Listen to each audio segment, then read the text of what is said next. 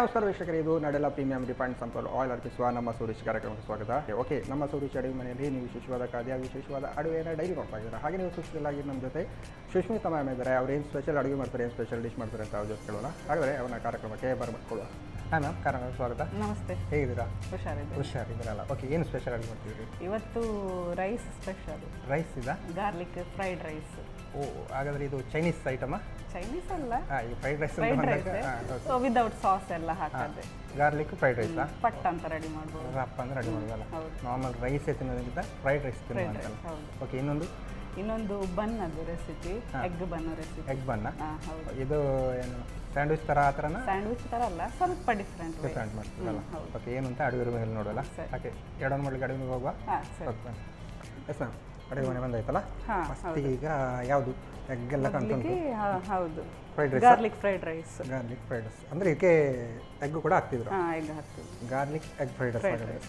Okay, start ಮಾಡುವ. ಏನು ಬೇಕು? ಮೊದಲಿಗೆ ಪ್ಯಾನ್ ಇಟ್ಕೊಳ್ಳೋಣ. ಓಕೆ, ಅದಕ್ಕೆ ಆಯಿಲಾ? ಹೌದು, ಆಯಿಲ್. ಓಕೆ, ಬಾಣಲೆ ಬಿಸಿಯಾಗಿದೆ, ಸ್ವಲ್ಪ ಎಣ್ಣೆ ಹಾಕೊಳ್ಳೋಣ. ಓಕೆ, ಆಯಿಲ್ ಅಂತ ಬಂದಾಗ ನಾವು ನಡೆಲ್ಲ ಪ್ರೀಮಿಯಂ ರಿಫೈನ್ಡ್ ಸನ್ಫ್ಲವರ್ ಆಯಿಲ್ ಹಾಕ್ತಿದ್ವಿ. ಒಂದು 3 ಸ್ಪೂನಾ? ಹಾಂ, ಸ್ವಲ್ಪ ಎಣ್ಣೆ ಸ್ವಲ್ಪ ಜಾಸ್ತಿನೇ ಬೇಕಾಗುತ್ತಲ್ಲ ಫ್ರೈ ಮಾಡಲಿಕ್ಕೆಲ್ಲ. ಹೌದು. ಆಯಿಲ್ ಬಿಸಿ ಆಗಲಿ, ಅಲ್ಲಿ ತನಕ ನಾವು ಗಾರ್ಲಿಕನ್ನು ಸ್ವಲ್ಪ ಕ್ರಷ್ ಮಾಡಬೇಕು. ಅದಕ್ಕೆ ಹಾಗೆ ಕ್ರಷ್ ಮಾಡಿ ಹಾಕಬೇಕು. ಬೇಡ, ಬೇಡವಾ? ಸ್ವಲ್ಪ ಕ್ರಷ್ ಮಾಡಿ ಹಾಕಬೇಕು. ಸಿಪ್ಪೆ ತೆಗೆದ ಗಾರ್ಲಿಕ್ ಒಂದು ಹಿಡಿಯಷ್ಟು. ಹೌದು. ಅದನ್ನು ಒಂದು 10-15 ಎಷ್ಟು ಉಂಟಲ್ಲ? ಹೌದು. ಅದನ್ನು ಈಗ ನಾವು ಕಲ್ಲಲ್ಲಿ ಗುದ್ದಿ ಪುಡಿ ಮಾಡ್ಕೊಳ್ಬೇಕಲ್ಲ? ಹೌದು. ಇದಕ್ಕೆ ಸ್ವಲ್ಪ ಮೆಣಸಿನ ಹುಡಿ. ಹೌದು. ಓಕೆ, ನಾವು ಮೆಣಸಿನ ಹುಡಿ ಅಂತ ಬಂದಾಗ ಅದಕ್ಕೆ ಹಾಕಿ ಕ್ರಷ್ ಮಾಡಬೇಕು. ಓಕೆ, ಸ್ಪೆಷಲಾಗಿ ನಾನವರ ಮೆಣಸಿನ ಹುಡಿ ಹಾಕ್ತಿದ್ದೀವಿ.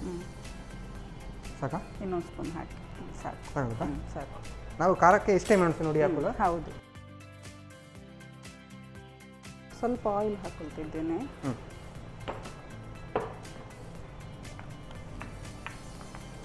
ಇದು ಕ್ರಷ್ ಆಗಿದೆ. ಹಾಂ, ಅಷ್ಟು ಸಾಕಾಗುತ್ತಾ?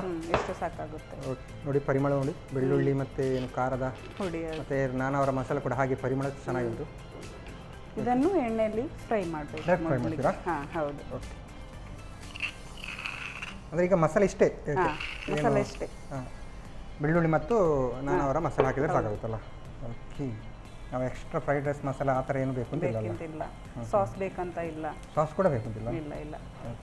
ಇದಂತೂ ಗಮ್ಮತ್ತಿರ್ಬೋದು ನೋಡಿ. ಹಾಗಾದರೆ ಇದಕ್ಕೇನೆ ಸ್ವಲ್ಪ ಶುಂಠಿ ಬೆಳ್ಳುಳ್ಳಿ ಪೇಸ್ಟ್ ಹಾಕ್ತಿದ್ದೆ. ಶುಂಠಿ ಬೆಳ್ಳುಳ್ಳಿ ಹಾಕ್ತೀರಾ? ಓಕೆ,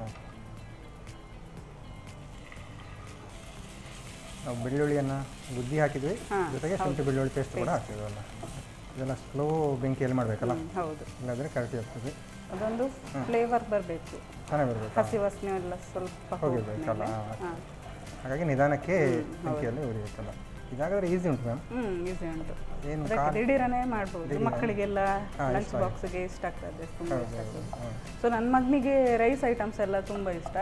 ಸೊ ಹಾಗಾಗಿ ನಾನು ಜಾಸ್ತಿ ಟ್ರೈ ಮಾಡೋದು ಹಾಗೇನೆ. ಹೌದು. ಓಕೆ, ಮತ್ತು ಈ ಥರ ಮಾಡಿದ ಫ್ರೈ ಎಲ್ಲ ಮಾಡಿ ಈ ಥರ ಫ್ರೈಡ್ ರೈಸು ಈ ಥರದ್ದೆಲ್ಲ ಮಕ್ಕಳಿಗೆಲ್ಲ ಇಷ್ಟ ಆಗ್ತದೆ. ಇದಕ್ಕೇನೆ ಒಂದು ಮೊಟ್ಟೆಯನ್ನು ಹೊಡೆದಾಕ್ಬೋದು. ಹಾಂ, ಓಕೆ. ವೆಜ್ಜಿನವರಿಗೆ ಆದರೆ ಮೊಟ್ಟೆ ಕ್ಯಾನ್ಸಲ್ ಮಾಡ್ಬೋದು, ಇಲ್ಲಾದರೆ ನಾನ್ ವೆಜ್ ಆದರೆ ಈ ಥರ ಮೊಟ್ಟೆ ಹಾಕ್ಕೊಳ್ಬೋದಲ್ಲ?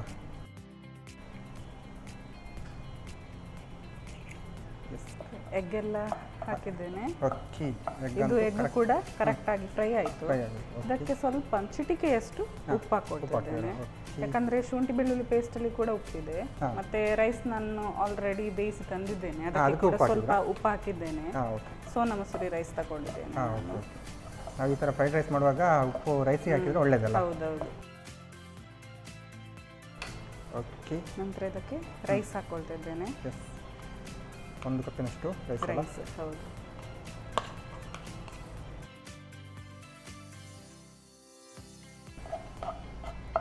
ಬೇರೆ ಕಲರಿಗೆ ಕೂಡ ಏನು ಹಾಕಿಲ್ಲ? ಇಲ್ಲ, ಅದರದ್ದೇ ಫ್ಲೇವರ್ ಕೊಡ್ತದೆ. ಚೆನ್ನಾಗಿರುತ್ತಲ್ಲ? ಕಲರ್ ಬೇಕು ಅಂತ ಹೇಳಿದರೆ ಈ ಕೆಲವು ಅರಿಶಿಣ ಹಾಕ್ತಾರೆ ನೋಡಿ, ಆ ಥರ ಹಾಕ್ಕೊಳ್ಬೋದು. ಫೈನಲಿ ಫ್ರೈಡ್ ರೈಸ್ ಆಗ್ತಾ ಬಂದಿದಲ್ಲ, ಆಲ್ಮೋಸ್ಟ್ ರೆಡಿ ಅಂತ ಹೇಳ್ಬೋದು. ಗಾರ್ಲಿಶಿಗೆ ಸ್ವಲ್ಪ ಕೊರಿಯಾಂಡರ್ ಲೀವ್ಸ್.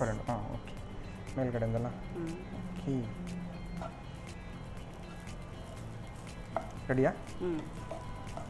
ಇನ್ನು ಸರ್ವ್ ಮಾಡೋಣ. ಆಫ್ ಮಾಡೋದಾ? ಆಫ್ ಮಾಡಿ. ನೋಡಿ ಪರಿಮಳ ಕೂಡ ಏನು ಅರೋಮಾ ಬರ್ತಾ ಇದೆ, ಚೆನ್ನಾಗಿ ಫ್ಲೇವರ್ ಕೂಡ. ಬರ್ತದೆ. ಹೌದು. ಓಕೆ, ನಾವು ಸರಿ ಮಾಡ್ಕೊಳ್ಳೋಣ. ಓಕೆ,